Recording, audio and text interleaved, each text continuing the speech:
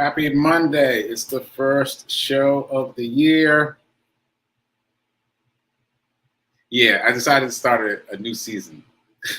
So I'm going to start season 3 with some fireworks. But welcome to the new year. Welcome to 2022. And let's start it off with some fireworks.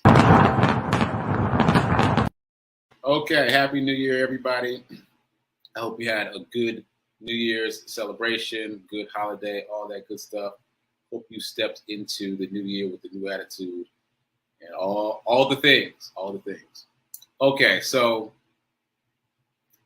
I wanted to change everything for the next season, for season 3, which we're starting now. But I couldn't pull it together, and I just decided to just baby step it, just one thing at a time. So I'll talk more about my intention for season 3 in a second. But let me do my introductory things. This is the 3rd day of January, so we're still at the beginning. I like that. We haven't gotten too far into the new year before we did this show. But this is the 3rd day of January. This is the first episode of season 3 of the Be Your Own Hero show, and 151st episode overall, 151. Okay, so HERO is an acronym. It means helping everyone reaps optimism. In other words, helping others helps you. It's a reciprocal action. I'm your host. My name is Sekouwrites. I am a professional creative and the creator of what I've been calling the HERO Ministry Movement. And that is essentially my effort to uplift and inspire the unhoused community, at first through wearable affirmations like this hoodie, and it has expanded and expanded and expanded some more. Okay. Quick disclaimer, I am not a personal trainer, nor am I a financial advisor, so do your own due diligence. Shout out to New Thought Media Network for allowing me this platform and for expanding my time.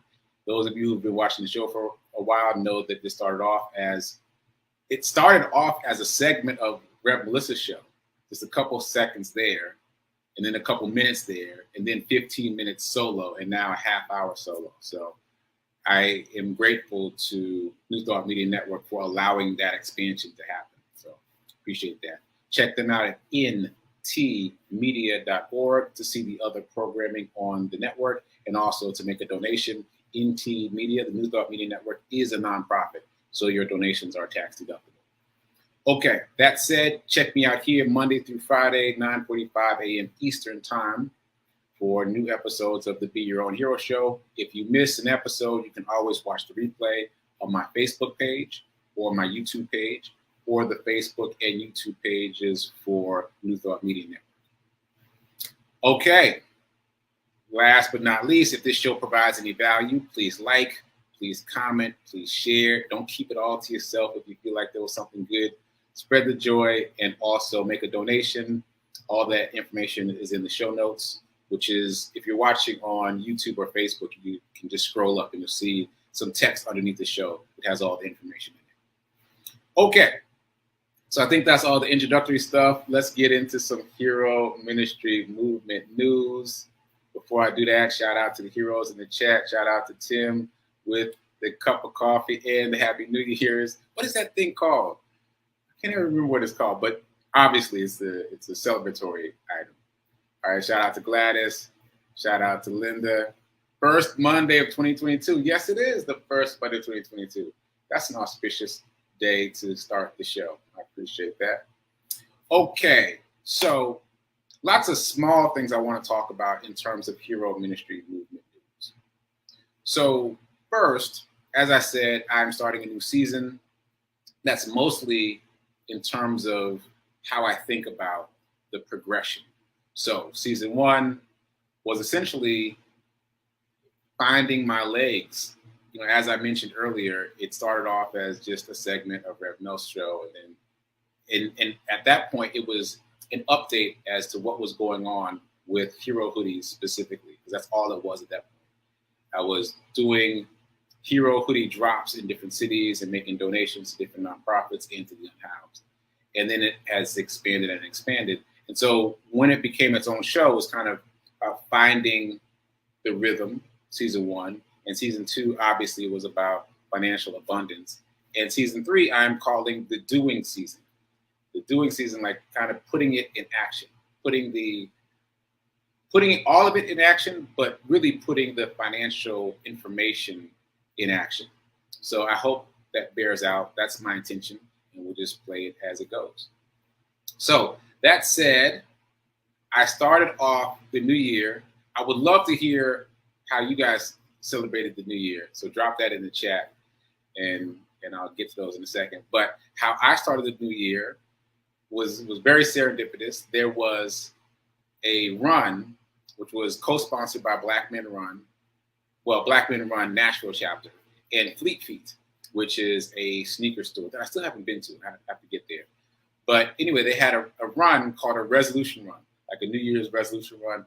It was early in the morning on the very first day of the year, which happened to be a Saturday. So early in the morning on Saturday, which is the normal run day for Black Men Run. So this happened to coincide. And it was great. It was great. It was a big group of folks. Just to be clear, Black Men Run is a nonprofit organization that is a brotherhood of like inspiring others to be fit, but is not exclusive. So it's a very inclusive group. So anyway, I say all that to say there were lots of people there, different races, different ages, across the board. I'm smiling right now because I'm thinking about this young boy who ran right past me, but I'm not going to get into that right now. Anyway, it was a really good run, and it was a really good fulfilling way to start the year. Lots of fellowship, lots of laughter, and a nice physical way to start the year. We ran a 5K, and we ran in perfect weather. Like, it was like a summer day, 70 degrees, bright, sunshiny. Later that day, it was stormy, and there were tornado alerts, I think, later that day. But that morning, it was amazing. So we had an amazing run. Okay, so anyway, let me know how you celebrated the new year in the chat.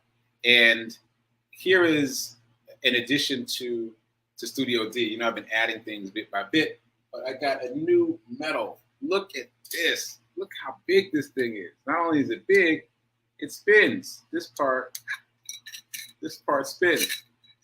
Very cool, right? So I got this medal for a 5K that I ran on September 11th of last year. I ran it virtually in New York, but this event, the Steps for Success 5K, happens here in Nashville. I hope you all have seen my interview with Demetrius Short, who is the founder of Steps for Success. That's a nonprofit. I did the interview here as I was filling in for Rev Melissa, and I interviewed Demetrius Short here. And this is his 5K, and they raise a lot of money, and they do a lot of good work. And I'm grateful that I was able to participate virtually and get my medal, which is very cool. It's very cool. So adding that to Studio D. Okay, what else? Today is day 217 of my run streak. The light's doing something really interesting. That's pretty cool. Anyway, this is day 217 of my run streak. It snowed overnight last night into this morning, so this was a snow run. And the funny thing about my run today is that there's snow on the cars and on the lawns, but the sidewalk was clear. So I now, jogged along on the sidewalk, did my run. I was like, oh, cool, I'm not gonna have to run on any snow.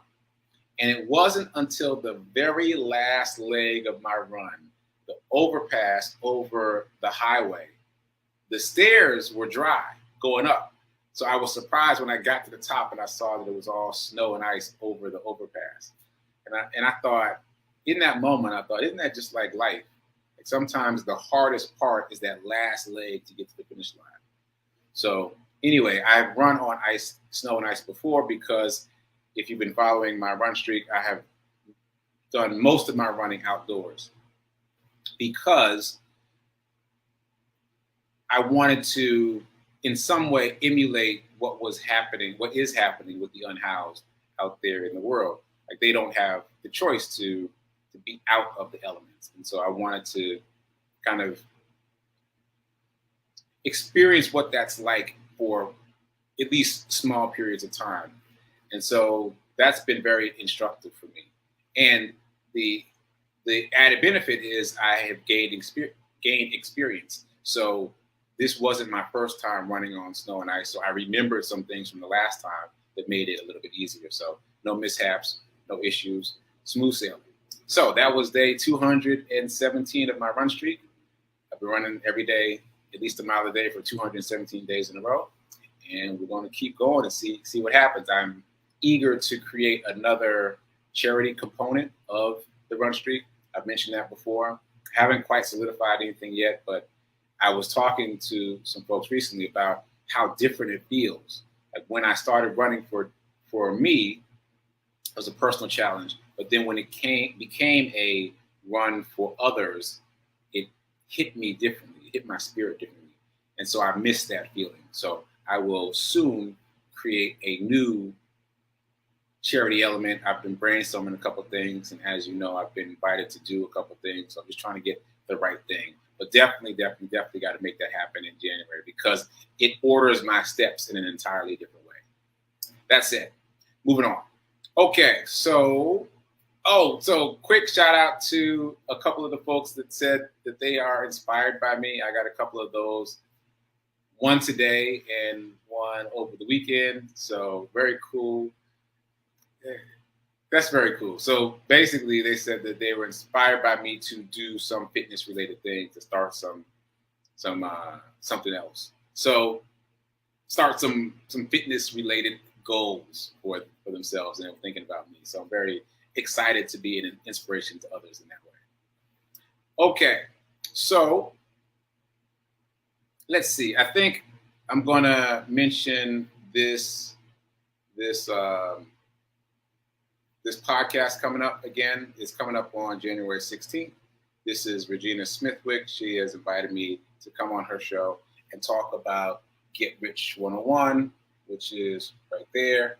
That's my podcast that talks about money outside of this platform. So you might want to check that out. And also, I just wanted to circle back to resolutions.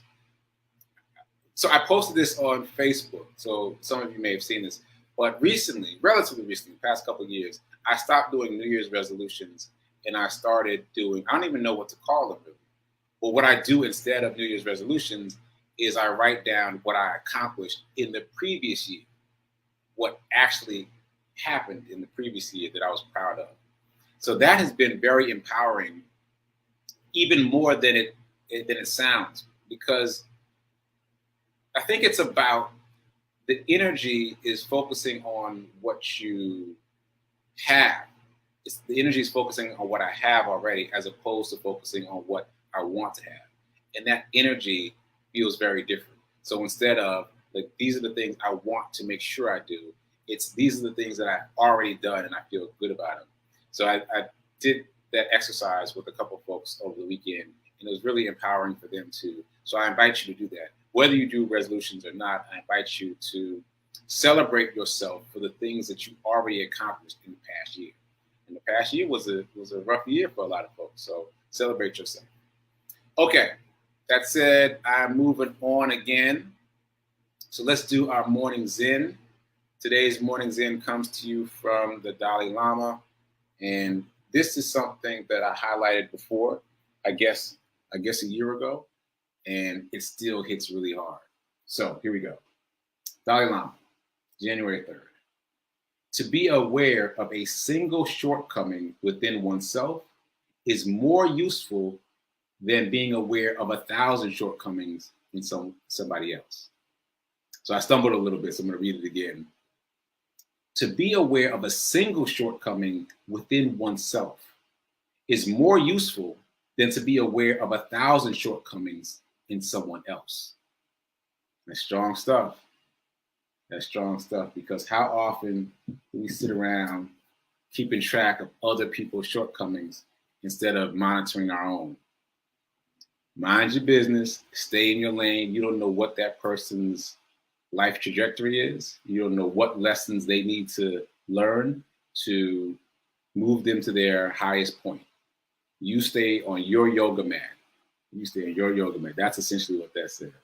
So I am again impressed by that message. I highlighted it again and I copied it and pasted it somewhere else. I'm gonna read it to you one more time because I feel like it's a really important one. To be aware of a single shortcoming within oneself is more useful than to be aware of 1,000 in someone else. All right. So that is the morning Zen. Okay. So moving into the money portion of the show, I figured I would finish talking about the money lessons that I began on the last episode of the year of 2021, the season finale, if you will. So I did a list of about 25 things that I felt were important and impactful in terms of money mindset. And on the season finale, I went through about 20 of them. And so I've got 5 left that I want to talk about, and we'll see where that leaves us time-wise.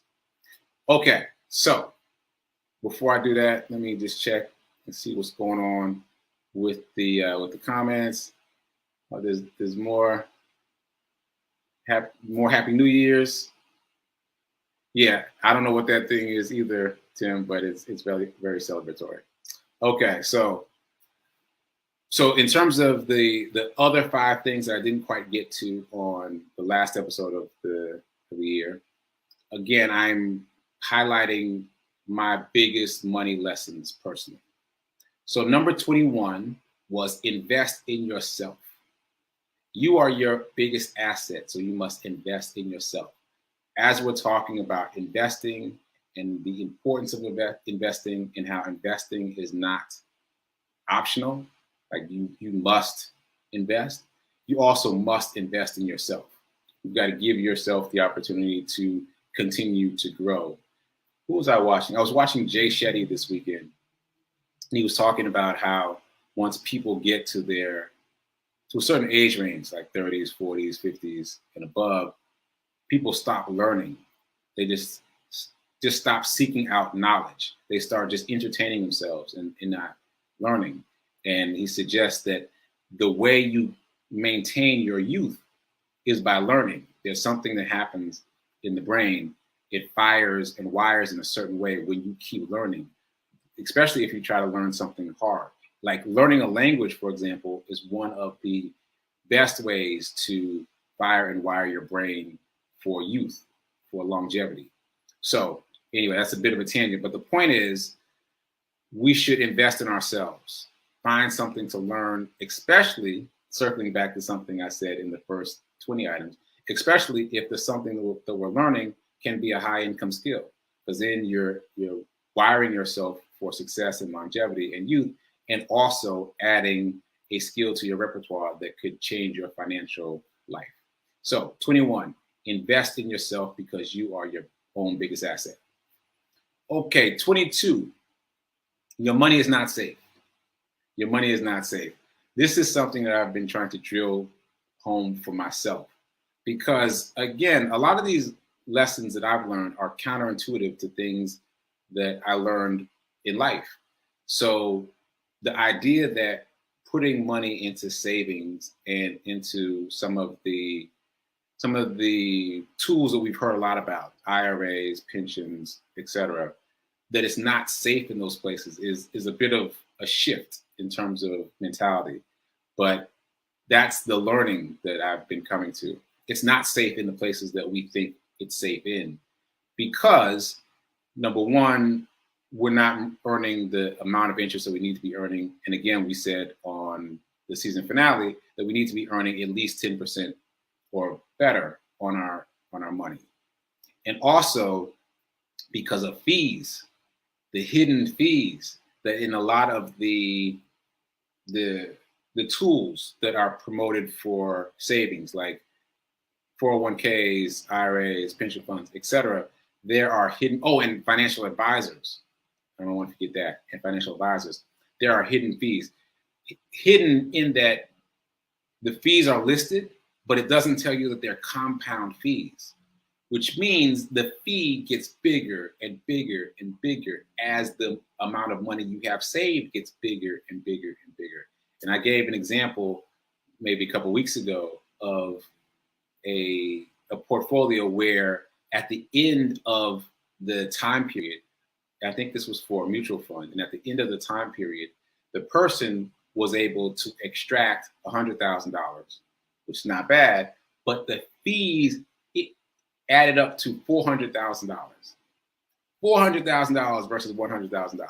Like, that's mind-boggling. So really, really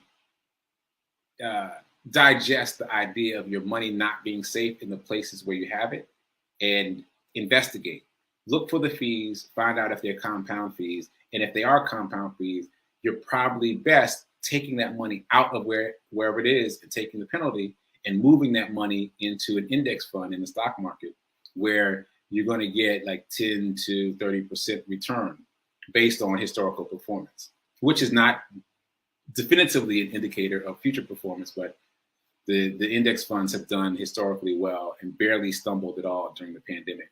And I think right now, the S&P 500 is about 9.7%.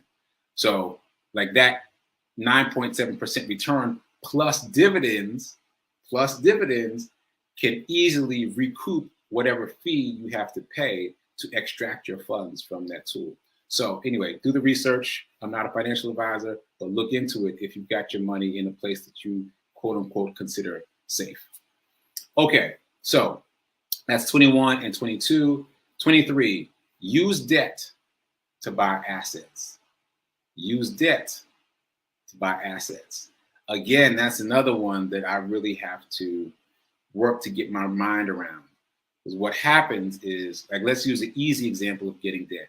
You might apply for a credit card and stick that credit card in a drawer to save for emergencies. Well, the wealthy might get that same credit card, but they already know the asset they're going to buy with that debt. So let's just use an easy example. Let's just say a vending machine.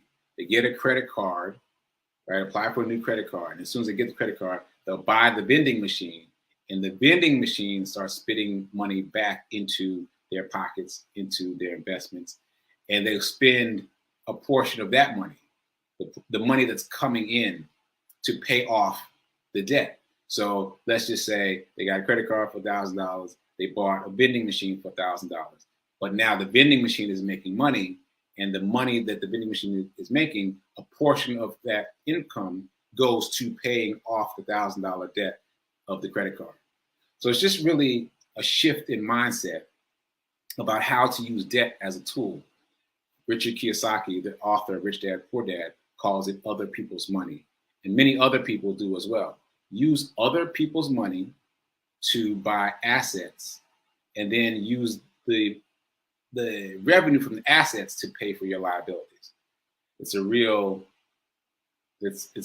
empowering way to think about it. And it just requires practice. You just got to practice thinking about debt as a tool, as opposed to something that needs to be avoided at all costs. Okay, that's 23. Number 24, don't expend energy on saving money. Expend energy on making more money. There's a quote I saw recently that said, it's easier to make an extra $10,000 than it is to save $10,000. And that hit me kind of hard. It's easier to make an extra $10,000 than it is to save $10,000. So it's just about where you put your energy. And remember that everything that you focus on expands. So if you're focused on, there's my alarm to start wrapping it up. If you focus on saving money, then all your energy goes to saving money. And that same energy could go to finding more revenue, creating more revenue streams, investing better, so that you get, again, more money in to take care of what needs to be taken care of. So it's just about, again, this is just a shift in terms of where you expend your energy. Expend less energy thinking about saving money, and more energy thinking about making more money, which, by the way, is about creating value. That's a whole other thing, whole other rabbit hole that I fell down. That increasing the amount of money you make is really about increasing the value you give. So we'll table that for a later discussion. Okay, so next item is essentially what I was talking about before in terms of using debt to buy assets. This is learn to buy assets to pay for liabilities. It's basically the same thing. So just to add some more detail. So a liability is anything you pay for that never puts money back into your pocket. So that's most of the things we buy, right? But the asset, any asset, is something that does the opposite. It appreciates in value, or it can create revenue. So I used the vending machine a little while ago, but what about a comic book? If you know the right comic book to buy, it can appreciate in value, and then you can have it registered, licensed, insured, all the things you need to do to have it listed as an asset, the same as stock. So it's a part of your portfolio. It's a part of your net worth. So it's really, and by the way, that's what happens with art, right? People spend a lot of money on art, but then that art appreciates in value and it becomes part of the owner's net worth. So it's a really interesting way to think about the things around you differently. Start categorizing what's around you and what you consume in terms of assets versus liabilities. Okay, so yeah, I think that's it. Those are the other things that I wanted to mention from my long list of money lessons. And just to reiterate what I said at the very beginning of that list, on Friday, the last Friday of the year, investing is not optional. Investing is not optional. Investing is not optional. So if you haven't done it yet, make sure you do it now. Make sure you do it soon. And again, season 3 is about doing. That is the emphasis of the season. And so we're going to be talking more about how to do, when to do, and it is my hope that I will have some guests on the show to talk more about things that I know a little bit about, but who could do a deeper dive, who could offer a deeper dive, and maybe I'll invite them to make themselves available to you guys for one-on-one sessions. So we'll see how that goes. Okay, so coming up next is prayer time. And then after that is Sit with Rev Melissa. Rev Melissa is back from her winter solstice, so she'll be live today. So tune in for that. And I'll be popping in maybe to say a couple words. We'll see how it goes. So keep doing, be a hero, be your own hero. Remember that now is better than perfect, and make sure that you are investing because it is not optional. And I'll see you tomorrow.